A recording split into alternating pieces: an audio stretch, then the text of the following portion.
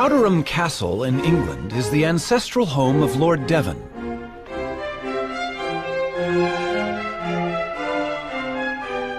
It's also the home of Timothy, a rather venerable tortoise. To the present lord, Timothy is the oldest member of the family. Timothy first came into our family in 1892, and he previously belonged to Captain Rutherford, who was a sea captain, and undoubtedly he was on board ship for quite a long time. And this has given rise to a number of myths about Timothy's beginnings, that he belonged to pirates and all this sort of thing, which aren't strictly true. He's outlived a number of Earls of Devon. I think at a quick count it's about 7, or maybe I'm either the 7th or 8th that he's known. The suggestion is that Timothy is at least 162 years old. I think he mostly lives on sort of clovers and things, but his favourite really is strawberries. Now, my son, what about that? He's been known to make a mistake when he is wanting a strawberry, and we once had a lady with painted red toenails, and she got rather a sharp nip on the toenail. But he doesn't make too many mistakes. He knows usually what he's got. I don't know that he's terribly hungry at the moment. No. I think it's too cold for eating today. Counting growth rings on their shell is not always a reliable guide to a tortoise's age. Rings vary with diet. But tortoises always live life at a slow pace, and that may be a reason for Timmy's record age. The fossil record is our best guide to the history of Timmy's ancestors. The first we know lived some 300 million years ago in the world of forests that gave us our coal.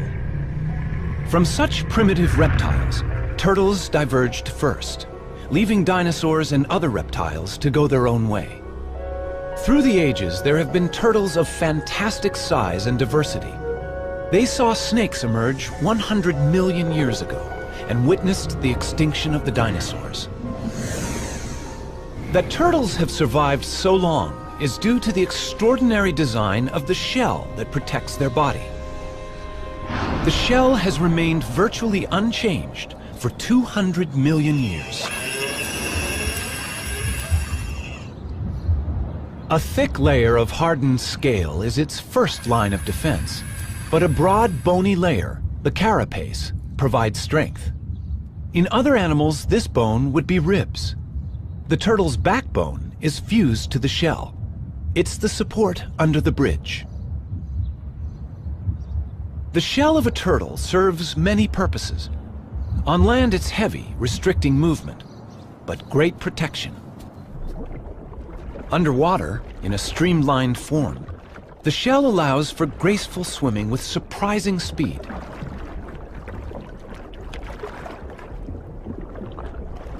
Power is provided by huge front flippers.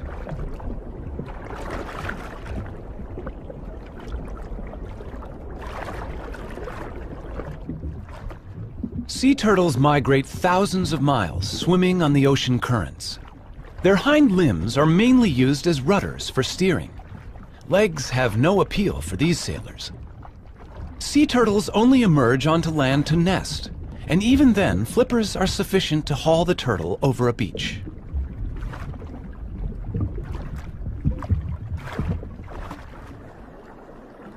Freshwater turtles, or terrapins, do have legs, with webbed toes to propel their streamlined shell. When feeding on the bottom of a lake or river, legs are more useful than flippers. And terrapins also climb out of the water, so their legs are essential.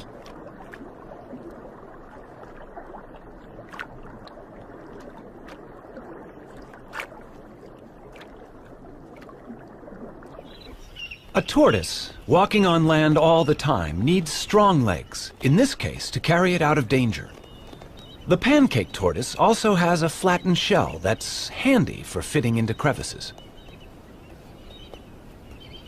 A caracal can easily spot a meal in these cracks, but the shell of this tortoise, being flexible, can be tightly wedged in the rock. This pancake tortoise's casing defeats the inquisitive cat.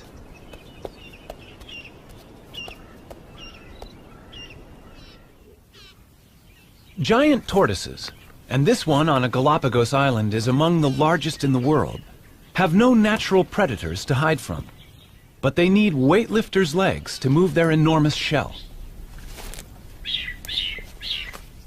This one is hauling a house that weighs nearly 300 pounds and is over an inch thick.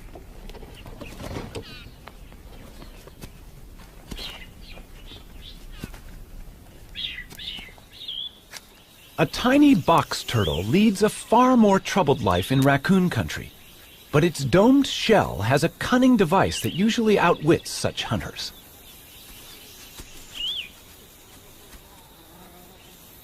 It's time to take evasive action.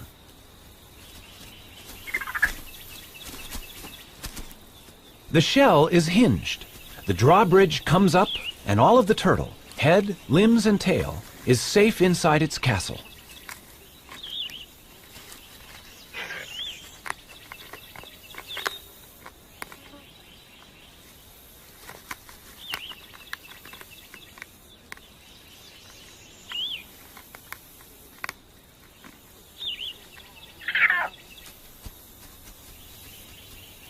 Only when the raccoon retreats will the turtle venture out. That hinge on the lower shell saved its life.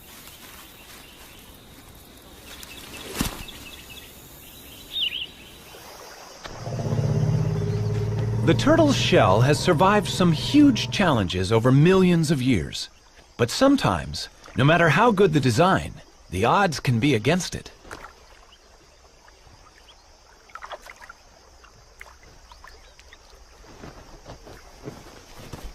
That is one lucky tortoise. Surviving the heat of a desert is a particular challenge for tortoises. They can only control their temperature by moving into and out of the sun. Dr. Jeff Lovich of the United States Geological Survey is radio tracking a desert tortoise on a wind farm in California.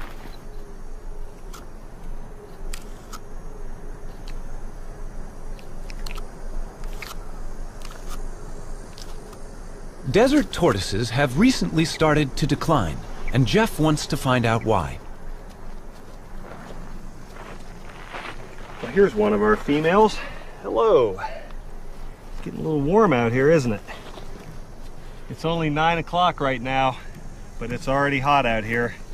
It's probably 95 degrees and it's going to be 115 before the day is over. And she's heading for the burrow off to my right. The tortoise needs the burrow to survive and protect itself from the extremes that are so characteristic of the desert.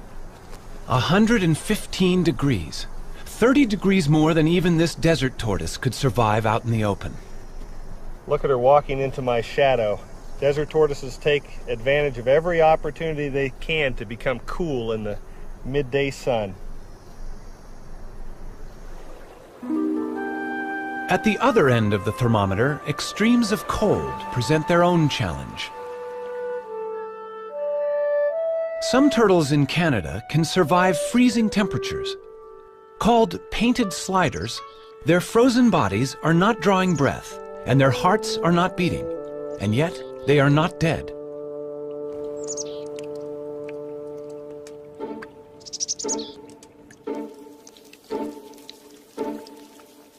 These hatchlings, born in August, freeze and unfreeze throughout the winter until the final thaw in spring.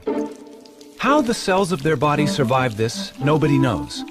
Yet the painted sliders leave their nest and start active life unharmed.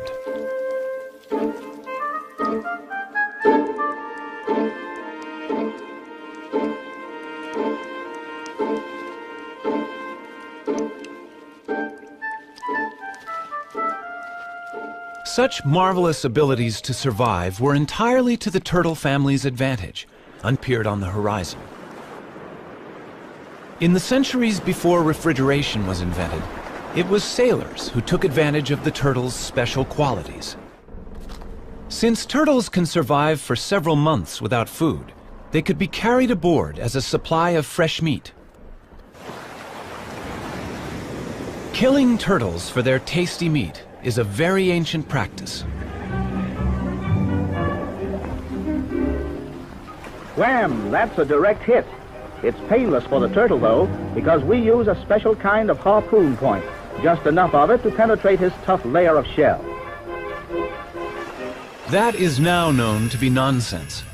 Nerve endings by the hundreds fill both shell and bone, but myths die as hard as the turtles. These turtles weigh from 300 to 500 pounds, and their age is estimated at £1 pound to the year. By the start of the 20th century, overexploitation had brought some kinds of turtles to the brink of extinction. Today, turtle soup and meat consumption continues despite international laws, which attempt to protect endangered turtles.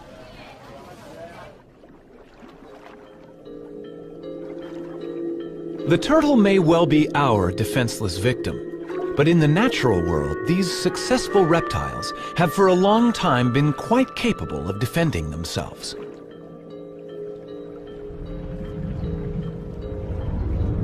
Tiger sharks and their relatives kill sea turtles in deep water. But in these shallows, this loggerhead turtle can turn the tables.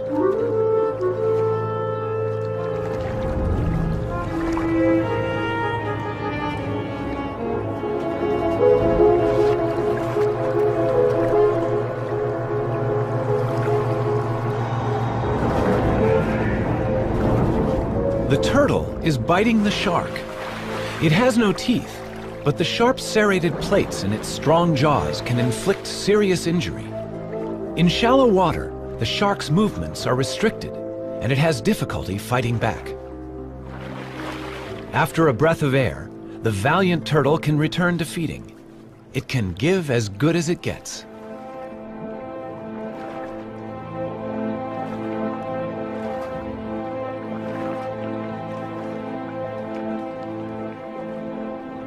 A loggerhead eats a variety of seafoods, but its beak is ideal for capturing hard-shelled prey. Bad luck for this crab.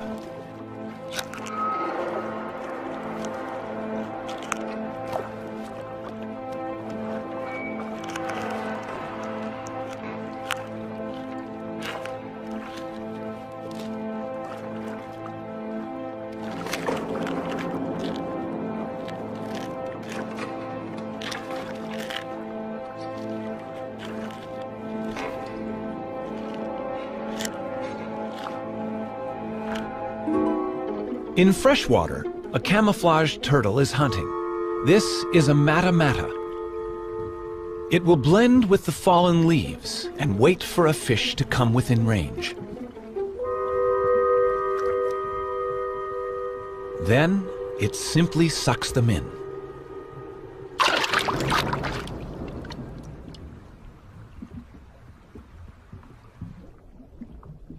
The fearsome jaws of an alligator snapping turtle gape and reveal a worm-like appendage on its tongue. Lured by its wriggling, a fish investigates this death trap.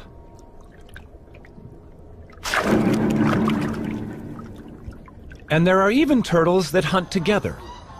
Donald Stridham knows that visitors to the Swardini Reptile Park in South Africa are fascinated by the bloodthirsty terrapins he exhibits there. It's feeding time in the terrapin pool. You know, if I had to put my finger into this water, they would eat it. But I'm going to give them something else to eat, their favorite food, a little piece of chicken here. And if I lower that down, they're going to move towards this. Come guys, come on. You'll probably find that the red-eared terrapins come first. They are normally the more dominant, and here comes one now. You can see why it's called a red-eared terrapin. It's got the little red mark behind the eye. And look at that, he's a dominant one, so he will come first. And here comes one of the serrated hinged terrapins on the side here. and the rest of them are going to respond to the movement. In fact, they would have to eat in colonies. They can't easily, as you can see here, bite off a chunk of meat on their own. So they need to tear it amongst each other. They'd eat in much the same way as piranhas. So lots together, biting off chunks and pieces of meat. And you can see that happening right here now. Red Ear's got a really good grip on it. They tear at the meat. This is all very necessary in nature. They clean up the place. They're in fact the aquatic hyenas.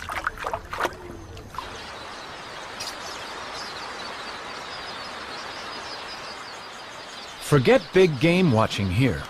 Keep your eyes on these little guys. Eating chicken on a plate in the reptile park is nothing compared with how these terrapins feed in the wild. The predator sizes up its prey, these quelea, which flock in the thousands. One terrapin grabs a bird. The others crowd in to snatch what they can.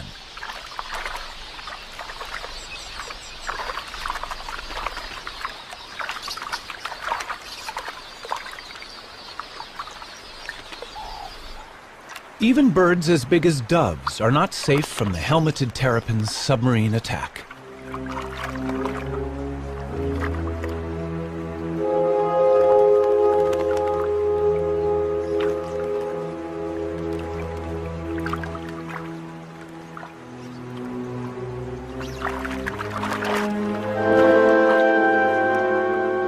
A lone terrapin could overcome the dove, but hungry rivals are on their way.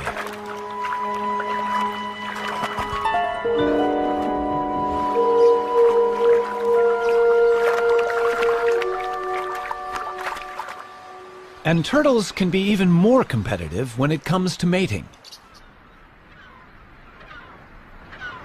The birds of Dassin Island off the Cape Coast of South Africa share their tiny home not only with rabbits, but also with more than 10,000 misses. But not until the temperature climbs to 75 degrees do they come out. Male angulated tortoises hold territories, and once they've warmed up, they begin to chase females on their turf.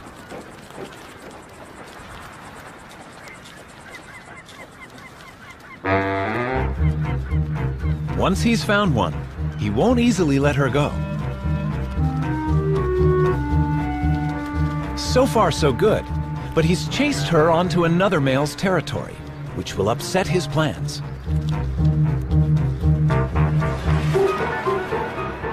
They do battle, a duel in the sun. But a third male has seen an opportunity, and he's mating with their female. Neither the combatants nor the vigorously mating couple show signs of giving in.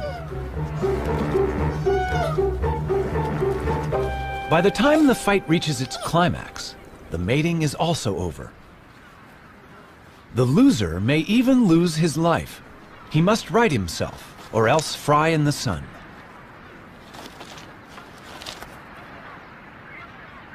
The temperature is rising rapidly.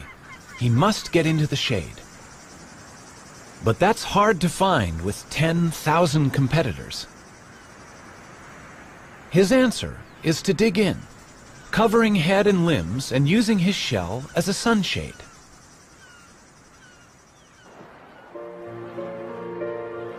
In tropical waters, temperatures are much the same all year round. These male green turtles near Borneo will mate whenever a receptive female is available. The males have the long tails. They're all pursuing one female.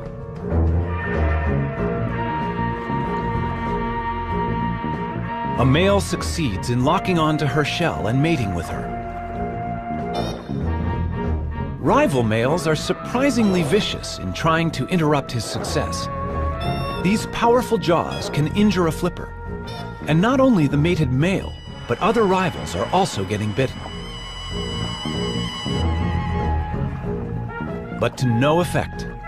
The desire to mate is strong, and only when he has succeeded will other males have a chance to take his place.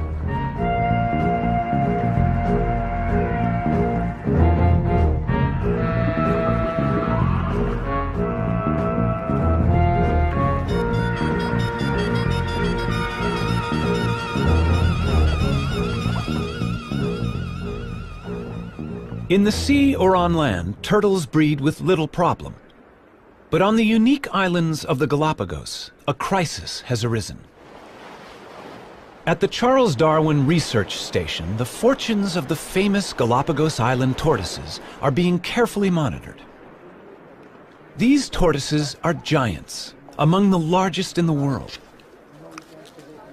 And they are more than just a tourist attraction. They're endangered, and their survival depends on them breeding in captivity here.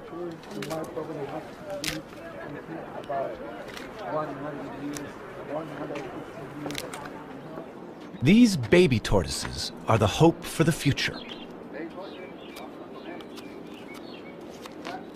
Each island has its very own type of giant tortoise, found nowhere else.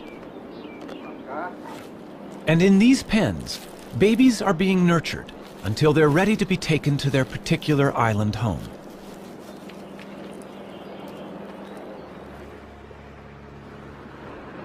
In past centuries, boats landed on each island to plunder the docile giants, killing or collecting them.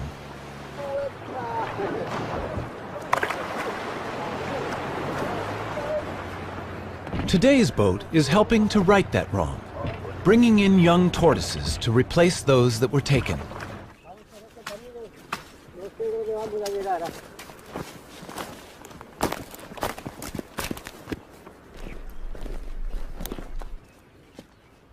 This is the island of Hispaniola. The Hispaniola tortoise was once facing almost certain extinction. Now, the future arrives in a bag.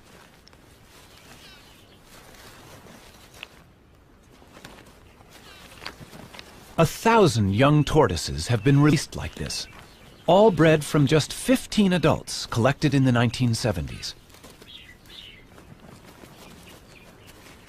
They should be safer than they've ever been. Their only enemy was people, and now the poacher has turned protector. In 20 years, they should all be as big as this adult. But this success has not been repeated for the tortoises of Pinta Island.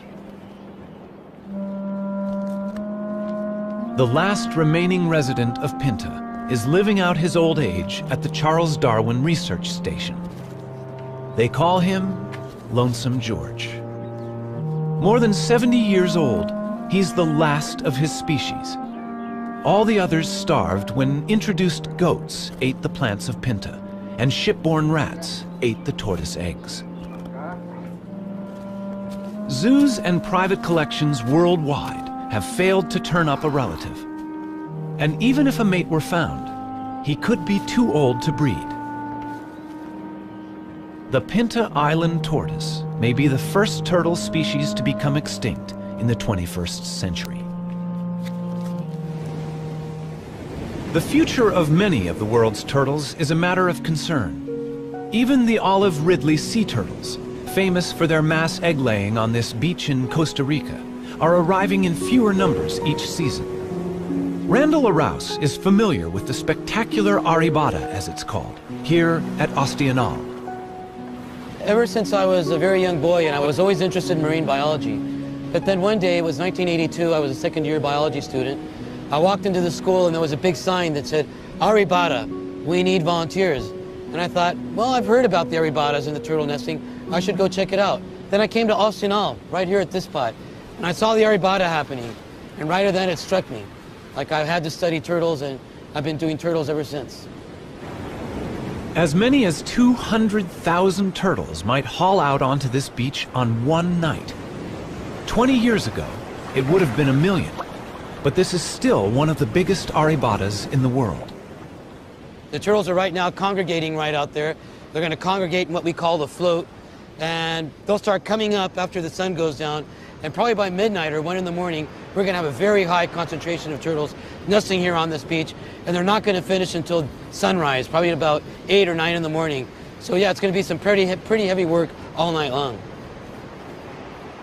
We basically know that these turtles come for 2 or 3 consecutive Aribatas in a row.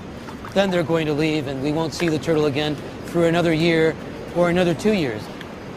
The Aribata that we're witnessing now may easily have 100,000 turtles participating. And 100,000 turtles at 100 eggs per turtle, roughly, that means 10 million eggs. Eggs are the turtles' investment in their own future. But eggs can also produce illegal income for poachers. So patrols of armed guards protect these nesting turtles all night against egg thieves.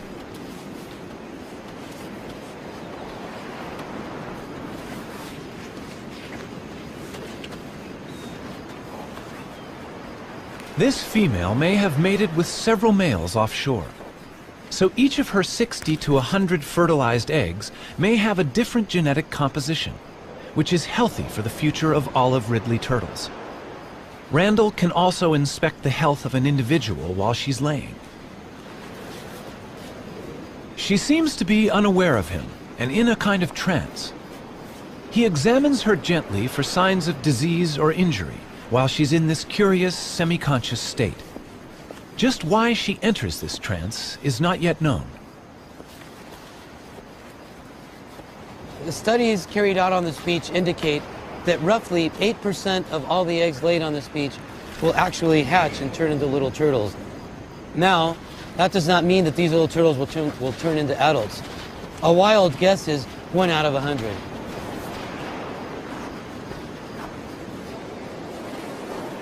This beach at Ostional is only about 4.5 miles long.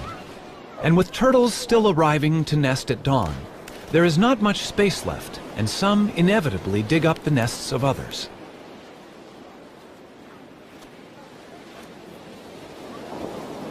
Many eggs get damaged, and the loss is enormous. The collection of eggs is important for the local economy, but local people are only allowed to take them for the first 36 hours of an arribada. It's a conservation plan they're happy with. The community of Ostional protects their turtles in many ways. Probably the main way is they respect the management plan. There are rules as to when you can harvest, when you can't, and the community as a whole complies. You can only harvest the eggs for the first 36 hours. The eggs have to be packaged in a special way. There has to be receipts, there's all this paperwork. And the people of Ostional comply with all these rules and regulations to their very best. And they get a good harvest without harm to the turtles. Soft-shelled, the eggs travel well to a luxury market, where some are enjoyed over the bar in a pricey drink they call baka.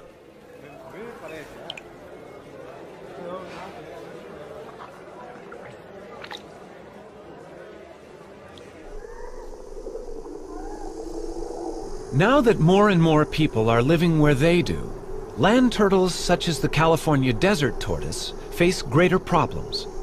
This rivalry concerns Jeff Lovage. When you look at what people have done to the desert in the last 100 years, it's amazing that it's survived. I mean, here we have this rugged old touchstone, a place that looks timeless, yet it's changing very rapidly, in a place that was formerly virtually empty of people and now sits in between Phoenix, Las Vegas, and Los Angeles, some of the most highly populated cities in the United States. And we put roads in through the whole desert. We've driven over it in our motorcycles, our trucks, and our off-highway vehicles. We've encouraged the spread of exotic species of plants and animals that are changing the landscape of the desert very rapidly. And the desert tortoise has become the flagship species for conservation in the Mojave Desert. But it has a very uncertain future in terms of how it's going to be able to survive in this onslaught of human population increase.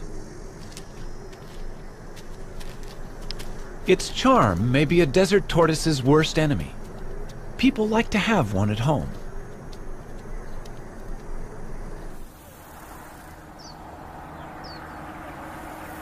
Problems arise when the once loved pet outgrows its welcome. It seems so easy and kind to let it go in the wild. But Fred, or whatever his pet name has been, is about to cause problems among the wild tortoises he will inevitably meet. He appears to have a cold, a viral infection that he'll soon pass on to others.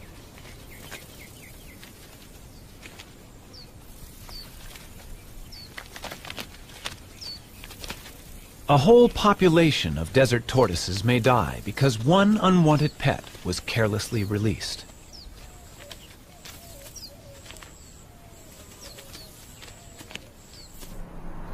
Close to towns, tortoises are presented with other problems.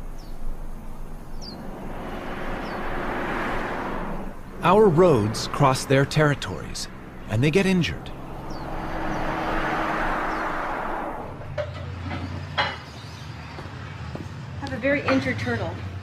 Another casualty for the vet. But this one is not from a traffic accident.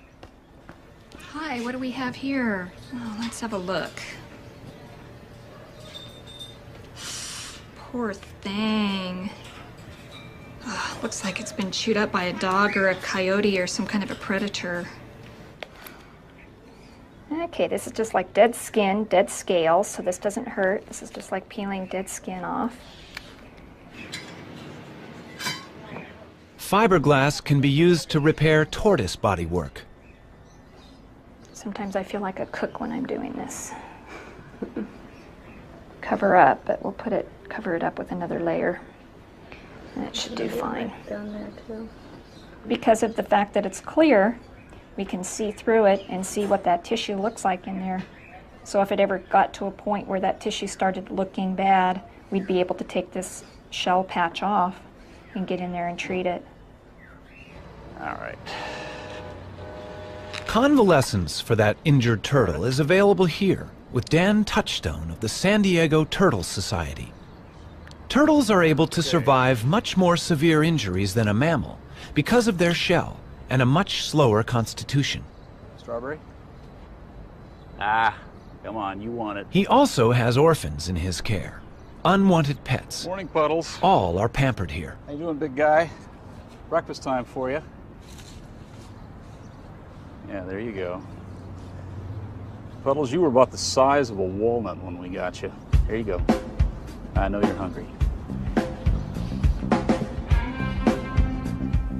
In Florida, turtles have acquired a special friend, Richard Moretti, who's a bit surprised by his new passion. I moved to the Keys in 1983 and started fishing. Everybody said, "Oh, you're so great. You came to the Keys to save the animals." No, I came to kill the fish. It just, living in the Keys changes you. You appreciate the environment a little more. Okay. Yeah. She'll be out here by the end of summer. Slow. And these are the new babies? Concerned about sick and injured turtles he encountered in the late 1970s, Richard set up the Florida Turtle Hospital and staffed it with a dedicated veterinary team. Well, she'd have to get a little larger, but yeah, she's swimming okay and she's eating just fine. I filled an old saltwater swimming pool with tarpon and grouper and snapper, and all the children that came to visit said, "Do you have any turtles?" So in 1986, we went to the state of Florida and said, "How do we get sea turtles?" They said, "Well, the only way you can have them is to do something for them." And I said, "Well, what would you like us to do?" They said, "Well, we need a rehabber." And they said, "A rehabber, if a turtle gets hit by a boat, we take it to the vet and pay the bill. We buy the food and pay the bill. And when it's ready, we turn it out." I said, "Well, I can do that." And that was our very modest start of the Sea Turtle Hospital. Guys, Watch your legs. I got him. There he goes. Okay, that's perfect. Well, before I moved to the Keys, I ran a Volkswagen facility, and Volkswagens would come in broken, and my job was to find the best mechanics and the best parts. Well, this is the same. The turtles come in broken, and my job is to find the best vets and the best meds. It's the same, except now instead of having to give them the bill, I pay the bill, and that even makes it nicer. There you go. Hi. Thanks, Doc. And I didn't get too wet. This little tumor is the beginning of a virus that affects sea turtles around the world.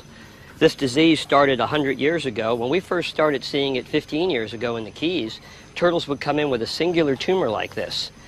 This turtle's evidently just gotten the disease because he's only got a couple of very small tumors, which we'll take off. And once we do, that'll immunize her against the disease. We'll keep her for a year, we'll make sure she doesn't grow anymore, and then we'll let her go. It appears to be a herpes virus, very similar to herpes simplex 1 and 2, and it's affecting turtles worldwide. Right now, all 8 species of turtles have a similar lesion. We haven't been able to get tissue samples to make sure it's the same virus, but we've gotten tissue samples from about half the turtles around the world, and all the ones we've been able to examine are about 95% positive to the same virus.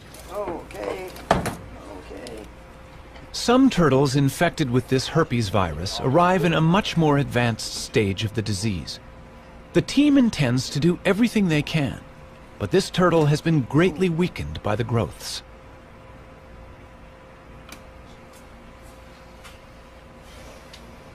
Notice the contrast difference. You have a radio opacity here. Notice it's not bone dense and it's not soft tissue dense. I'm concerned about these. We definitely need to go in, do the endoscopy and document that they're there with some digital photographs. Okay. And the reason too that we have her on her back like this is that way we don't accidentally poke into something like an intestine or a bladder. Here, see, now we're in.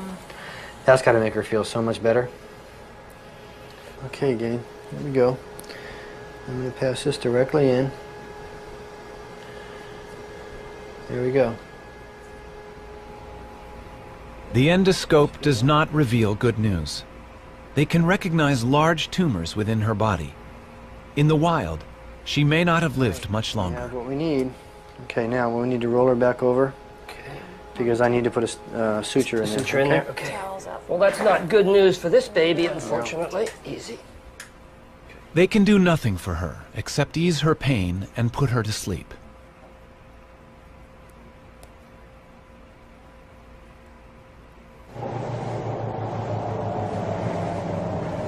The joy of success helps make up for the sadness of failure.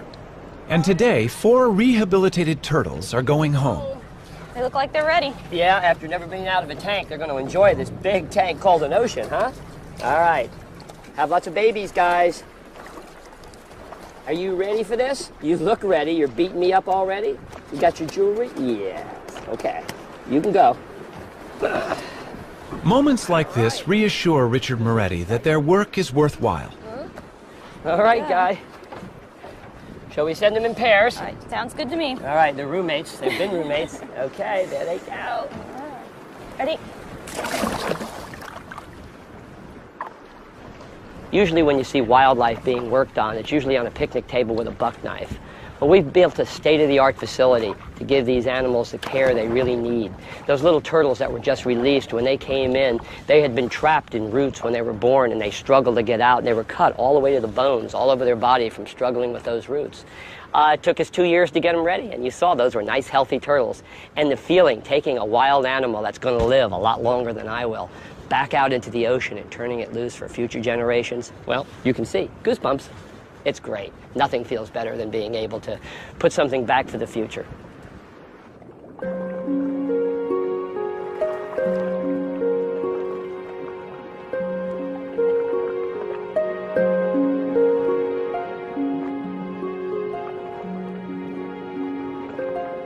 Every day, turtles can be seen enjoying the attentions of cleaner fish in the wild.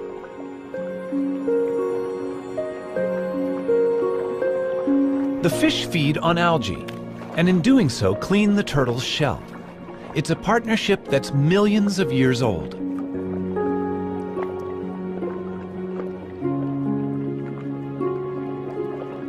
Generation after generation lived in what might have seemed a perfect world.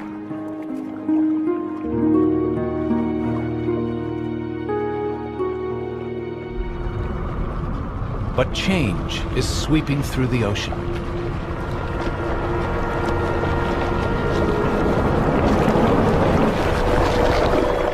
Commercial fishing puts nets into the sea, which can break loose and drift, catching much more than intended.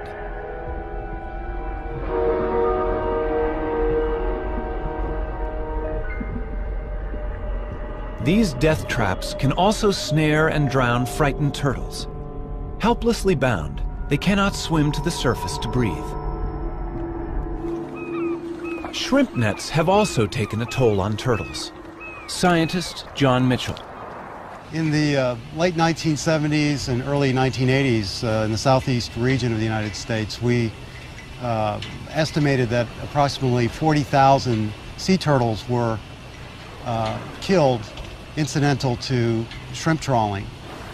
And this problem created a need for either a shutdown of the fishery or the development of some apparatus or a technique to exclude the sea turtles from the trawl.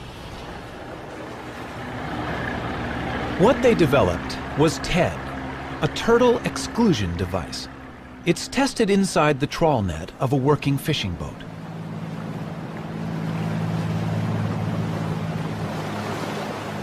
The net is being dragged behind the boat, and the TED is fixed inside the net at the end. The idea is that a turtle in the net hits the device, is pushed up the ramp, and escapes through the top of the net. Only a live turtle can test it. In this situation, a turtle would normally be fatally trapped with the shrimp. But on reaching the TED, the turtle, much bigger than the shrimp, hits the bars, is guided upwards and out into the sea, none the worse for its experience. It's a simple invention, but it saves the lives of many turtles. And the use of TEDs desperately needs to be encouraged worldwide. Here in Central America, we know that in Costa Rica at least 15,000 turtles are being caught a year. And of course, this is definitely going to have an impact on the population. There's a dead turtle right over there, you can see, almost definitely killed by a shrimper. If Costa Rica was implementing TEDs efficiently, this would no longer be the case.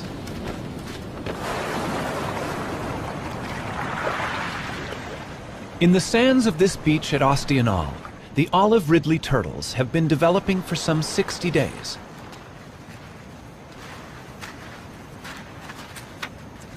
What happened under the sand as the eggs hatched is quite special.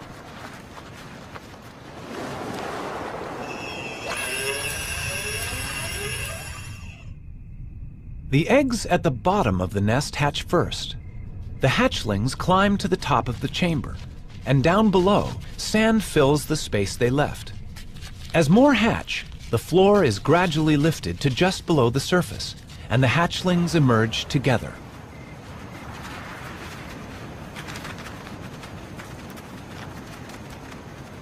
Once out of the nest, hatchlings must head for the sea. But how do they know where it is?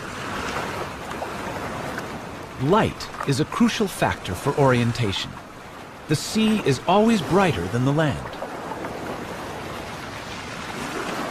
It's thought that when they are grown, these turtles will return to this very same beach to lay their eggs.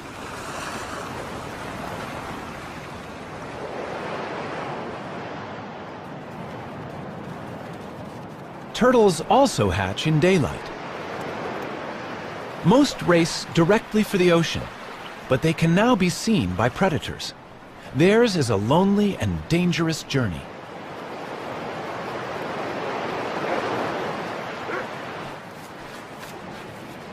On this beach, almost every animal has a taste for turtles.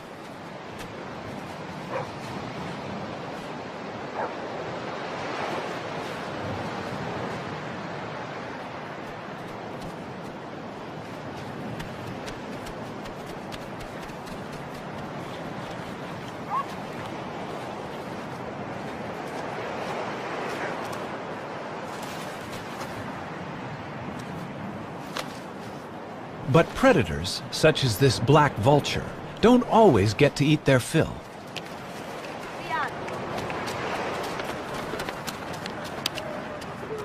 Survival of the turtles is important to the local people. When the turtles are hatching, the women all organize and they go to the beach. They shoo the predators away to make sure that the little turtles can make it into the water. They try to make sure that all these little turtles make it to the water safely, because of course it's to their best interest to make sure that these little turtles make it to the water. They eventually turn into adults and come back and participate in an arribada 10 years down the road.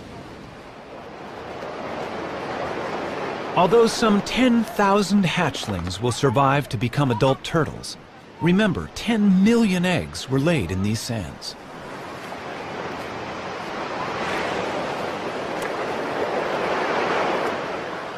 With a little help, these youngsters will be out to sea, where they will drift away on the currents.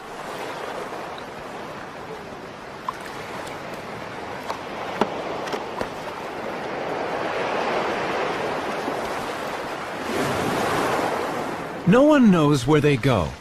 Perhaps they hide from ocean predators among floating seaweed, where they can safely feed and grow. But it will be 15 to 20 years before they return to these waters. Before people ever began helping turtles to survive, alligators had been unwittingly doing so for millions of years. Young red-bellied turtles are hatching from eggs laid in the alligator's nest.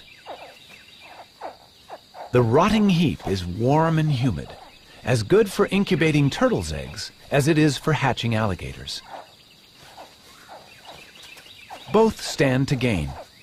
Alligators eat a good many adult red-bellied turtles.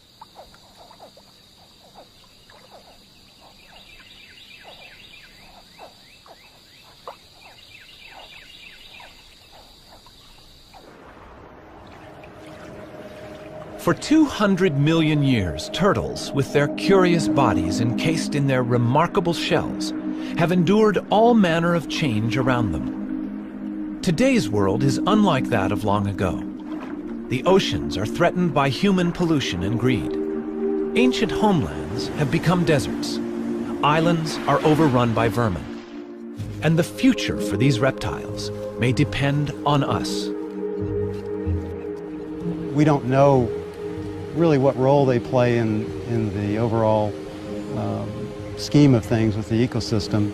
And I think that's one reason why we should use any means to protect them. There are many, many animals that we really humans don't see a need to spend the effort and the time to conserve, but just the fact that we don't know, I think means that we should. Throughout the world, irrespective of culture, there is an affinity for the turtle. Throughout the world, we have myths that ascribe various characters and features to turtles that we like to teach our children, like being steadfast and being resolute. Here in this country, we have our own myth about the tortoise and the hare, and we teach our children that being steady and continuing to run the race can lead to victory. You don't have to be the fastest, you don't have to be the best. This year we were really excited. One of the turtles that we took a flipper off of last year and turned her loose, it was a great big female, probably about 50 years old. She crawled up on a beach in Central Florida and laid eggs this year. And that's really exciting because, you know, up to that point people usually kept turtles with one flipper in an aquarium or in a park. Well, we proved that 3 flipper turtles can go out there and add to the genetic makeup, and they can actually crawl up on the beach with 3 flippers and have their babies and lay their eggs.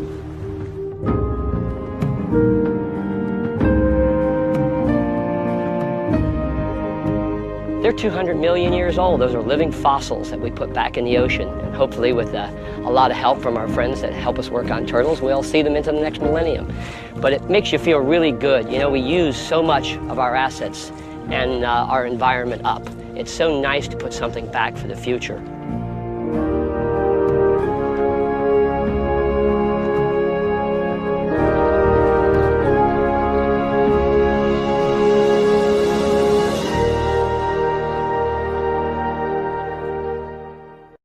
To learn more about what you've seen on this nature program, visit PBS online at pbs.org or America Online keyword PBS.